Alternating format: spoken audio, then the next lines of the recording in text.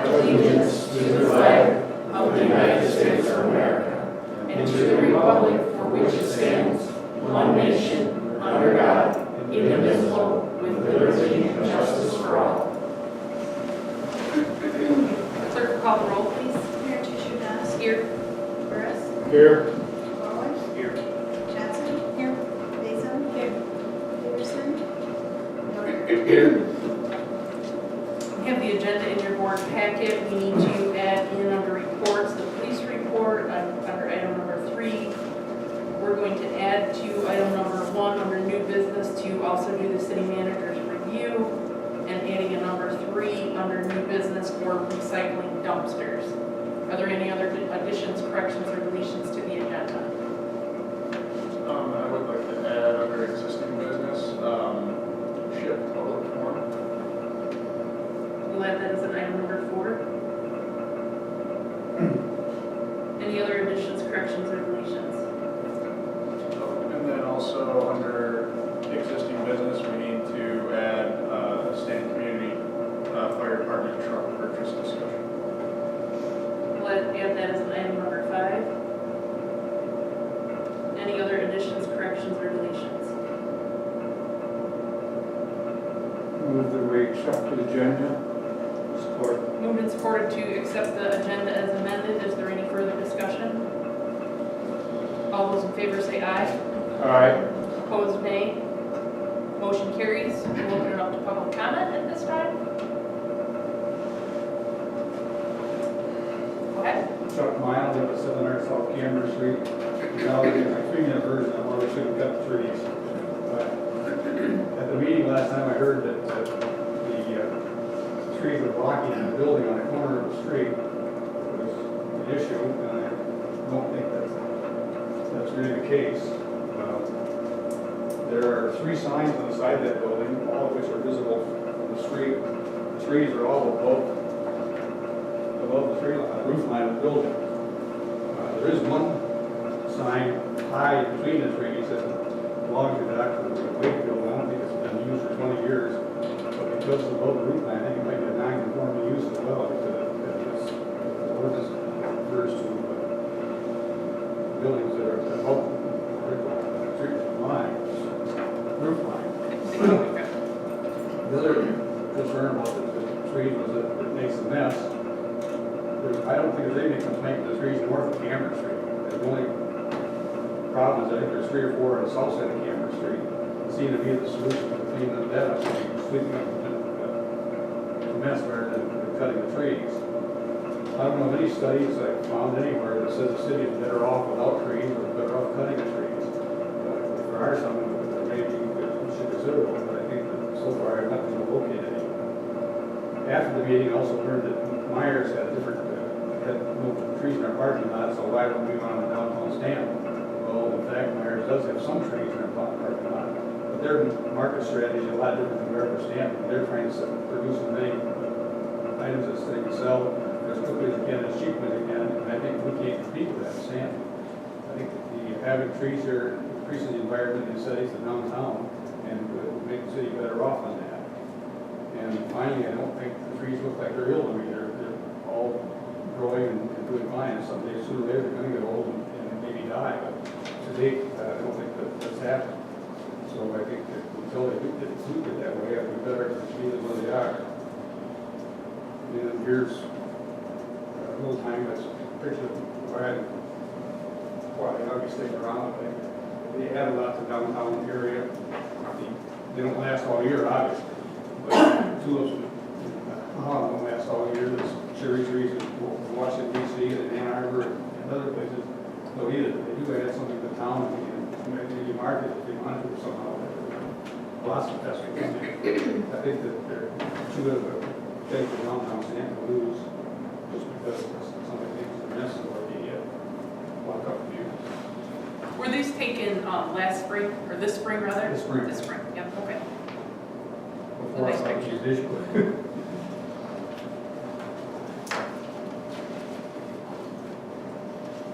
Thank you for your comments. Other public comment? Don? Don Smoker, 61 North Peoples Road. I'd like to comment on the trees also. I've had considerable experience with trees. And evaluating those, they are in good health. You know, I do think if you do decide you want to cut them down, you need to have a replacement plan before you do that. As far as that fruit mess, several years ago, the council in Public Works Department did try to apply a spray to those to knock the blossoms off so they would not fruit. That particular year, it did not work. But I think there are things that can be applied at the right time that will knock those blossoms off and they will not fruit and make the mess that they do. And I really think it's worthwhile trying to look into that and see if it's possible to do that. So I guess I'm kind of like Chuck here. I like those trees. Thank you for your comment. Other public comment? Green Oliver, 312 Ridge Street. I'll make a quick comment about the trees. I still think that it would probably be best for the trees to go, because if you have someone shopping down at Jane or Meat, if I get a new pair of tennis shoes that cost me like $50, $200, I'm going to want to walk on berries on Cambridge Street. I think it's been the wrong tree for 20 years. I agree they look healthy now, but they have not been kept. They have not been trimmed properly for, looks like the total of those 20 years. And if you're going to keep the trees, I would suggest hiring an arborist or a professional to come out and trim the trees, because looking at the trees downtown, the DPW hasn't been doing an adequate job, in my opinion. Thank you. Other public comments? My name is Michael Van Cleek. I live at 132 North Camber. I have two things. I believe my house is probably closer than anybody else's house to the trees. I'm the first house, and my wife is in a wheelchair, so if anything can be picked up or tracked, because you can't take your wheels off at the door, it would end up in my house, and I probably travel that more than most, and it doesn't happen. This stuff doesn't get tracked into my house, and I have small children too. No one's slipping and falling, and I do think they do look nice in the spring. So the expense, I don't think, the risk reward, I don't think is a good return on whether to cut the trees down and get a replacement at the current time. I mean, there might come a point where that's feasible, but right now I don't think that's a good, I mean, as a citizen that I live here and I travel that, I don't think it doesn't really get stuck on the bottom of your shoe. I mean, I've walked on it, it's there, and so that's my 2 cents on that point. And this is I might be jumping the gun on my next point, but I did read an article that the city manager was resigning here in the not too distant future, and I would be interested in the position. So I would be more than happy to submit my resume to the council on taking that position over. Thank you for your comments. Other public comments? Hearing none, we'll move along to the minutes of the August 23rd, 2016 meeting in your board packet. Any additions, corrections, or deletions?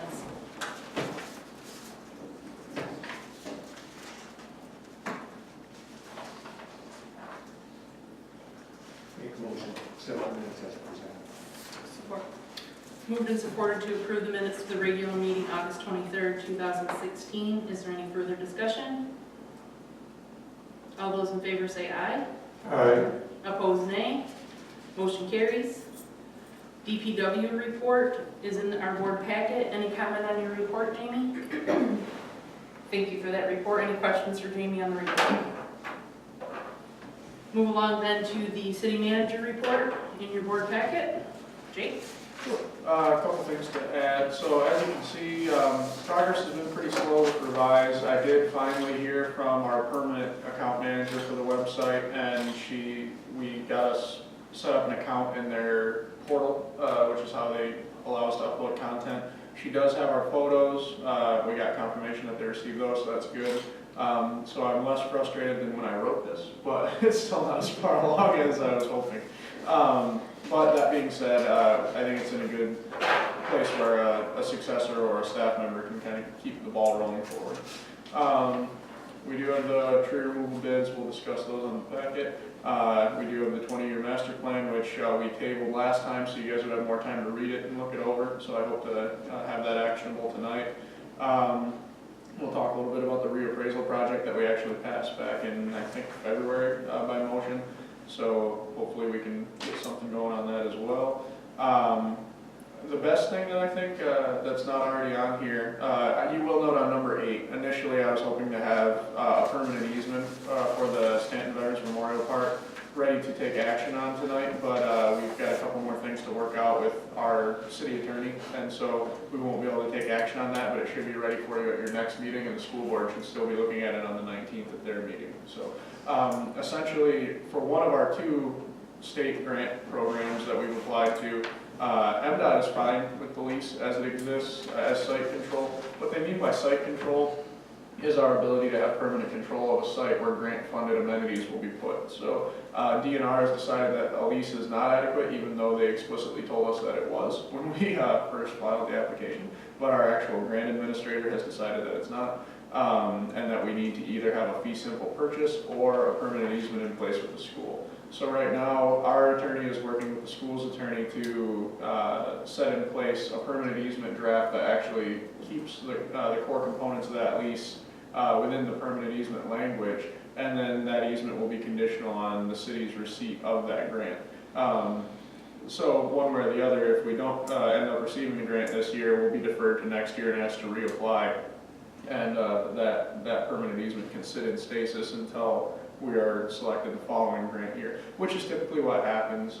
In particularly competitive years for the DNR programming, the Natural Resource Trust Fund, if it's competitive enough to where people get turned down, they usually come back and say, okay, if you had a good grant application, which we've already been told, other than the site control issue, this is a very strong application, which is why we're really trying to get it taken care of by the end of September so we can remain in the running for this year.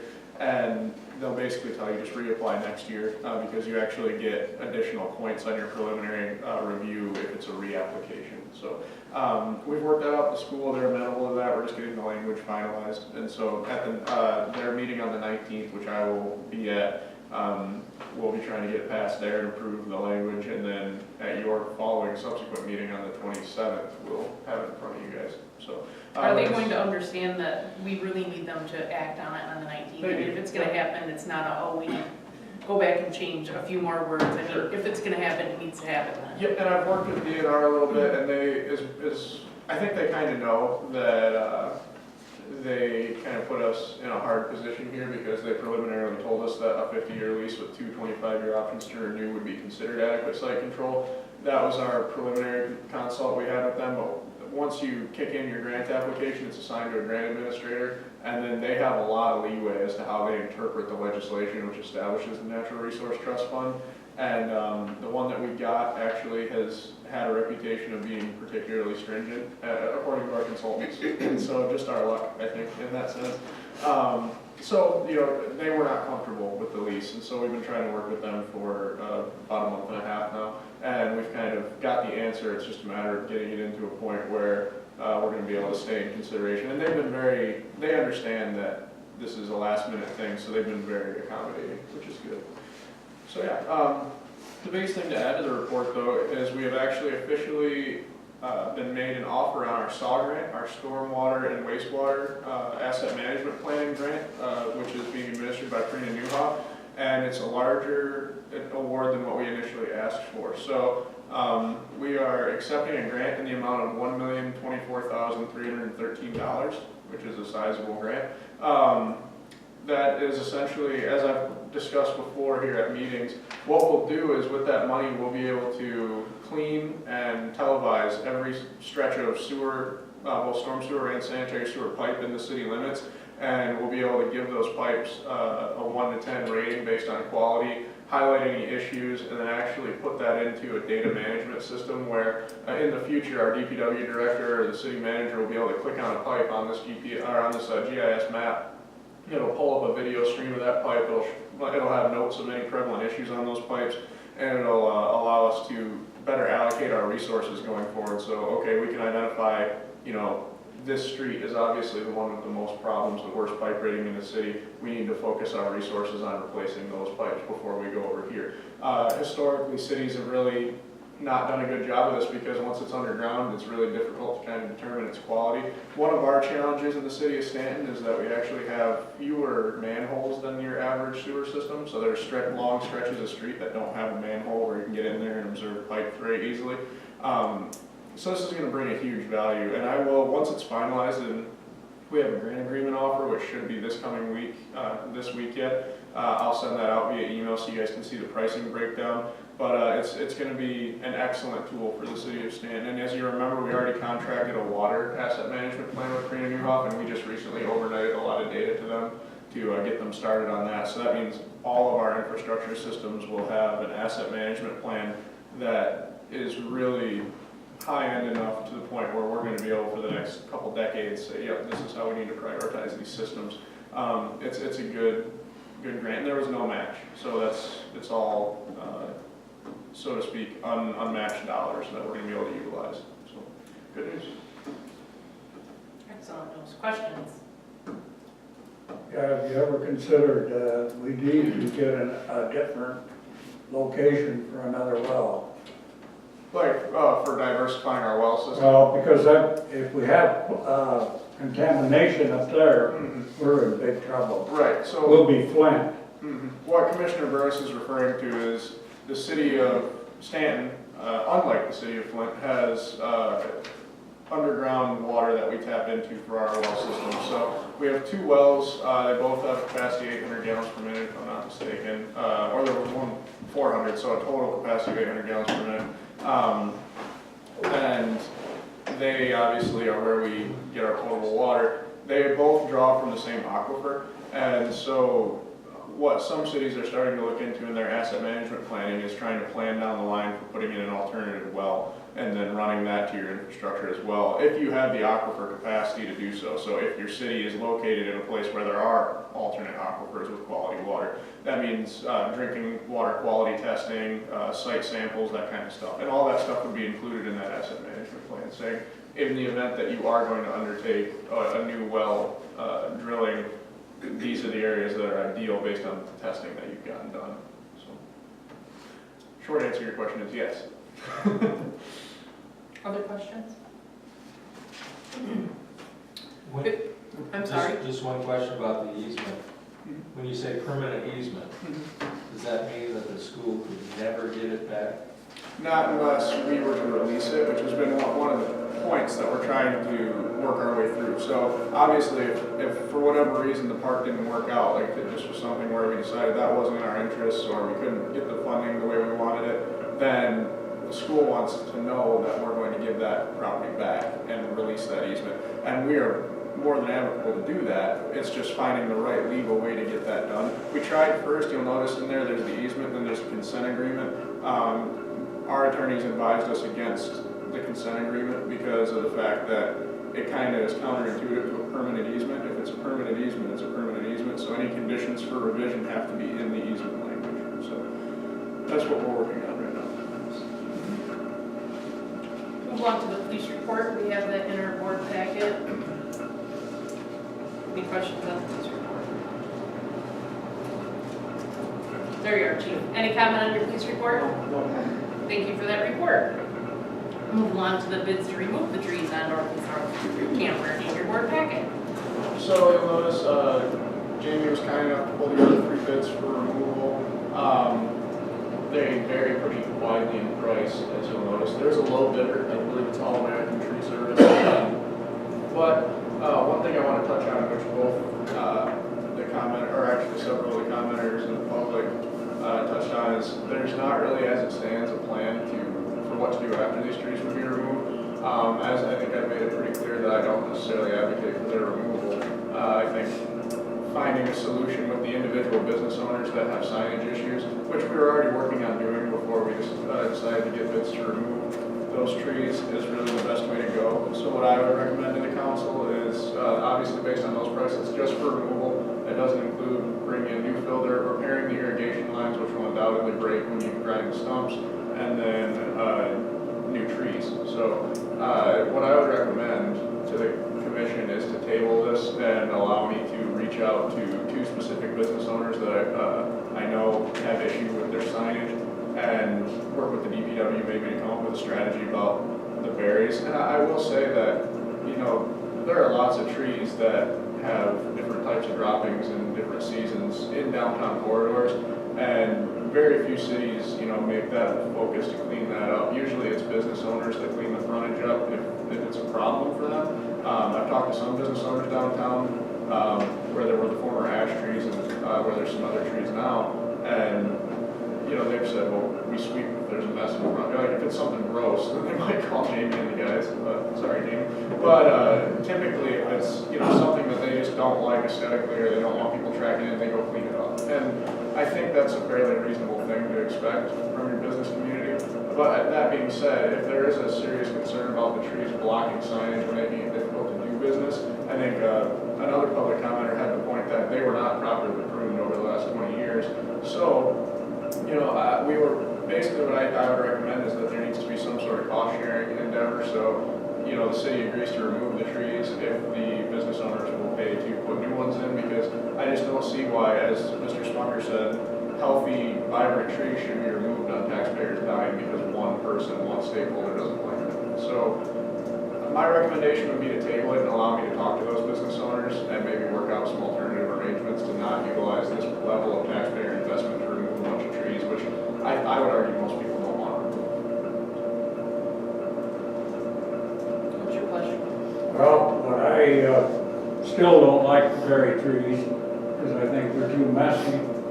But I am willing to go along with what, if the commission wants to go along with the fact of we need a better plan to replace. But I know what happened with the Wilson's Hardware. They got messed up pretty bad in their inside their store in Warren, and so I think we need to do some more investigation on it. But I've come across this right here, and I was able to obtain this and make a bunch of copies. And you'd be surprised the stuff that's in here that I would like to review a little more, because these trees were not properly taken care of. And we're not going to blame anybody, but they weren't. And they should have been. They're ugly compared to what they would be if they'd been pruned at the right time. Which, just for everyone's edification, the new trees that we put in 2014, or was that late 2014 or early 2015, one of the two, Jamie and Charlie with the DPW have already, you know, discussed and worked with me on a pruning plan for the new trees to make sure they're shaped and healthy and not overgrown in a way where in 10 years we're going to have this exact same conversation about other sets of trees. So I think, and I believe that is from the original Streetscape project, that book, right? And it's the tree maintenance and that kind of stuff. I think that would be worth reviewing, definitely. But I would like to reach out. I've not actually heard from the Ralstons. I've not gotten a specific complaint from them about the trees. I've just heard secondhand that they had issues. Obviously, Mr. Wallace has been in a couple meetings, and I've talked with him several times to try to come up with a solution. And I think that's the best course of action. We had a deal worked out, you know, a cost sharing measure, and then he decided maybe that wasn't favorable and told me before this was originally brought up. And then afterwards was like, you know, I really only care about the trees in front of my building. I don't care what you do with the rest of them.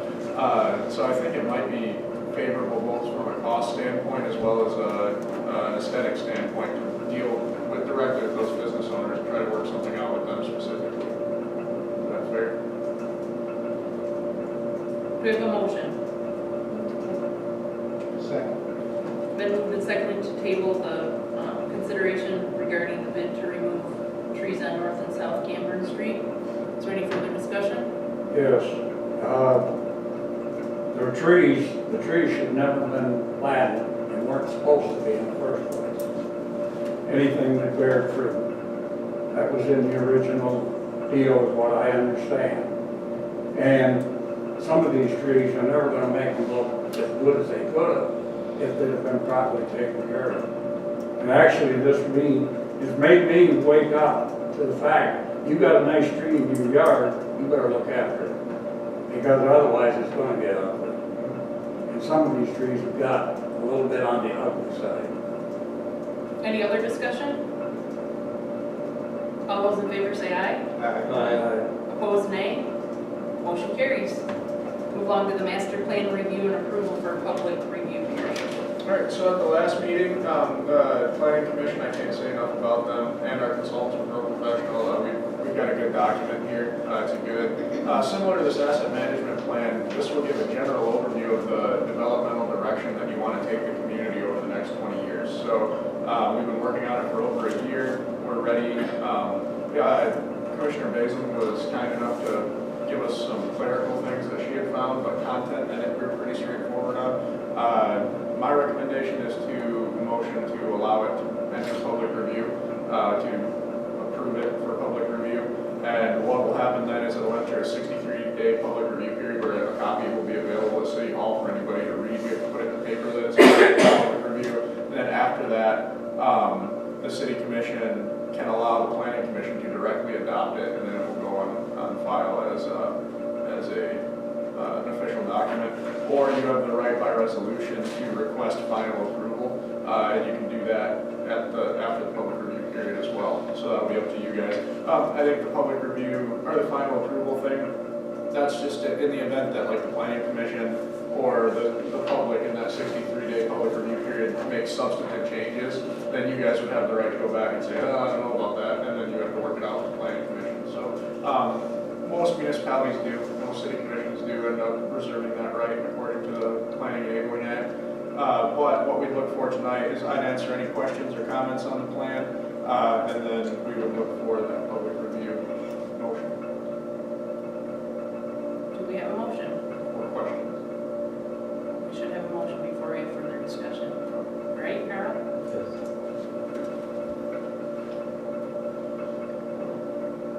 Also, I would like to point out that when a motion to table has been made, really no further discussion should take place. My apologies. I allowed Ken to further discuss it. So do we have a motion regarding the master plan review?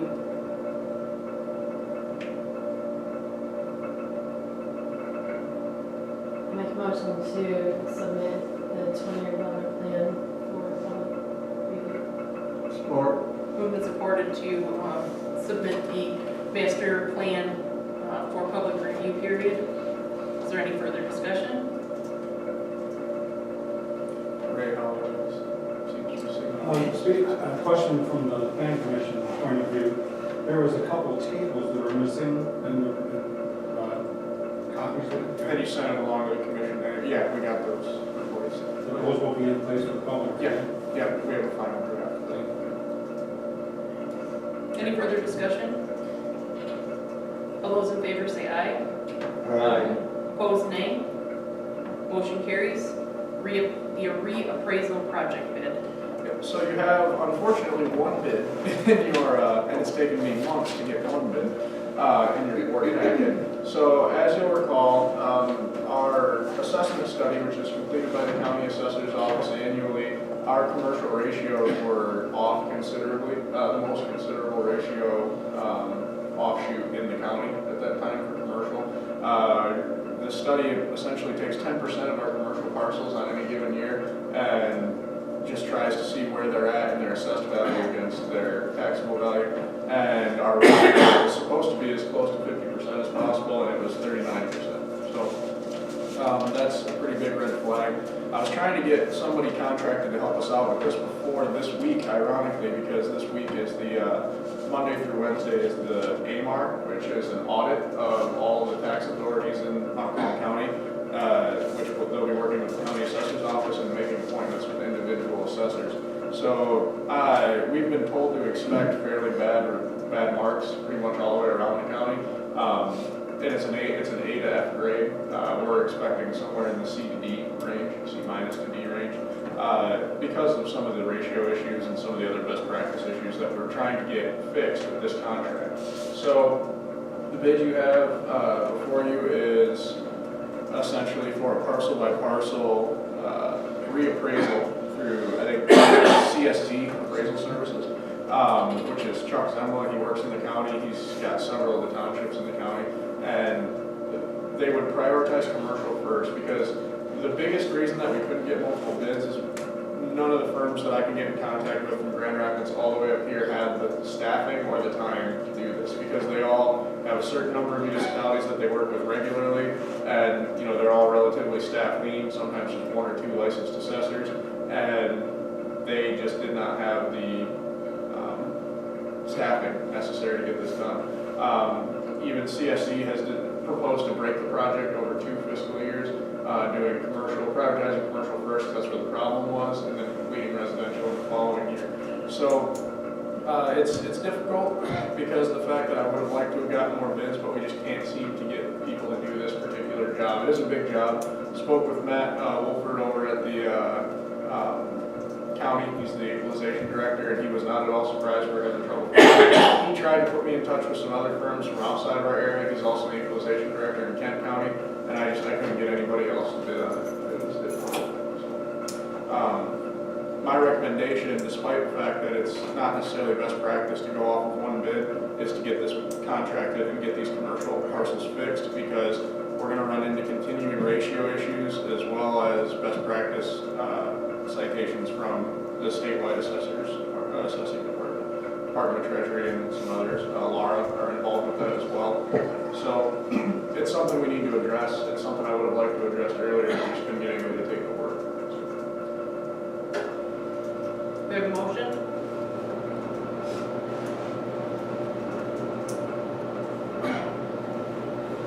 I believe the total project is for just over $31,000 over the course of 2 years. I think it's $70 per parcel.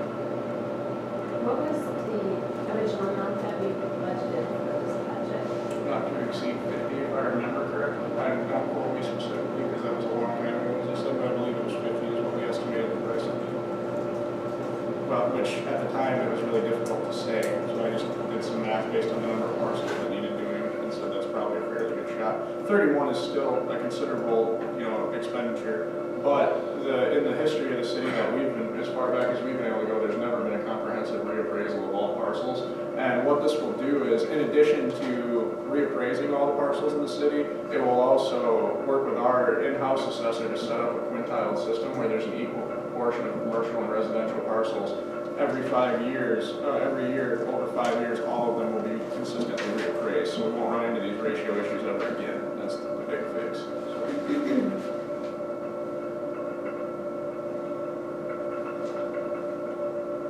Do you have a motion to accept the bid from CSC appraisal? Moved and supported to accept the bid for reappraisal from CSC appraisal and assessing. Is there any further discussion? All those in favor say aye.